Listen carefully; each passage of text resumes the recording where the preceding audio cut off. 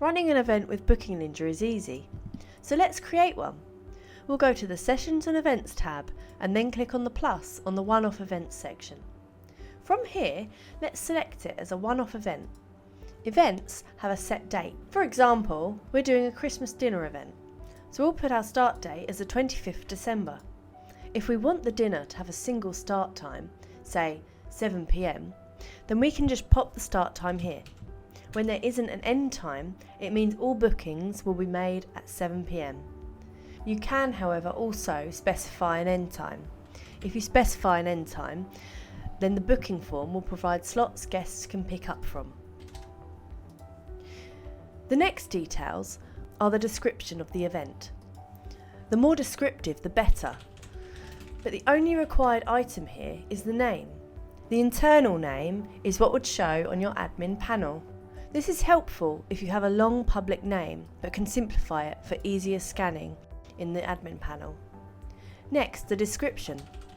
This shows both on the event URL, more on that shortly, and the list of events. The event URL is a special URL you can link to that will send guests directly to this event. This means they don't have to click through to select the event. You can also add a custom background image, which is shown on the booking form, but not the embed here. And finally, you can set a colour to represent this event in both the Gantt view and the list view. The colour can help you separate out your bookings visually. Now we've set the basic details, we'll also have to set where the guests will be seated. You can optionally turn off yield management per event. Helpful if you have an event where there isn't traditional table seating. If you have yield management enabled, however, you'll want to select either a floor or a selection of tables this event will use. Next, we have a couple of overrides, which normally won't be used. Firstly, you can disable the booking of the event here, and also you can hide it so it's not listed, but the URL will still work. Now onto the duration settings. These are all similar to normal booking settings. The length is simply how long each sitting of the event will last. You can also set custom durations as standard. The seating setup covers a couple of areas. Firstly, do you want guests to be able to be seated on the same table? This means if you had a table of 4 and 2 bookings of 2, then those 2 would both be placed on the 4. Next, if the same table setting is enabled, then the system only puts guests that are booking this event on the same table. Useful if you're still running other tables. Finally, you can allow your guests to select what table they want to be seated at. If you enable this, make sure to describe your tables.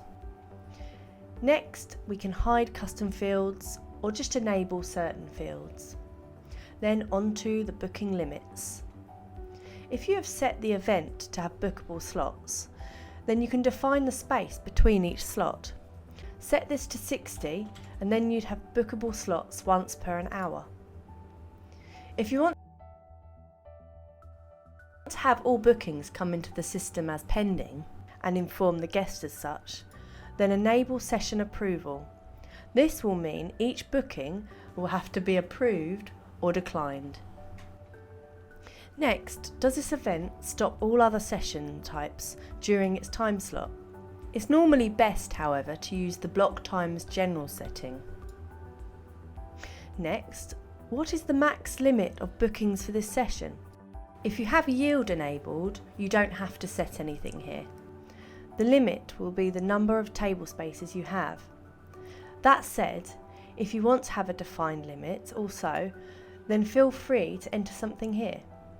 Session minimum group size is, as it says really, what is the smallest group size that is allowed to book this event? And then you have the maximum group size. What is the largest group that can book? Obviously, this is also limited by what tables you have in your venue. Notice period is how many hours before the event a guest can book.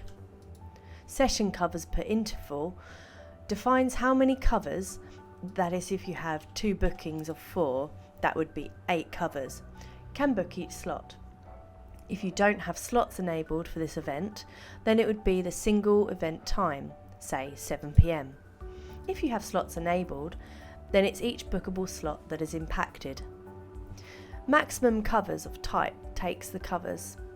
Once again, 2 bookings of 4 would be 8 covers in total that can book this event, regardless of when the bookings are made for. And finally, you can set to use your default deposit or use a custom payment for this event, or alternatively, no charge at all. After all sections have been modified and saved, you can sit back, relax and enjoy your event, knowing that BookingNinja will take care of your bookings for you.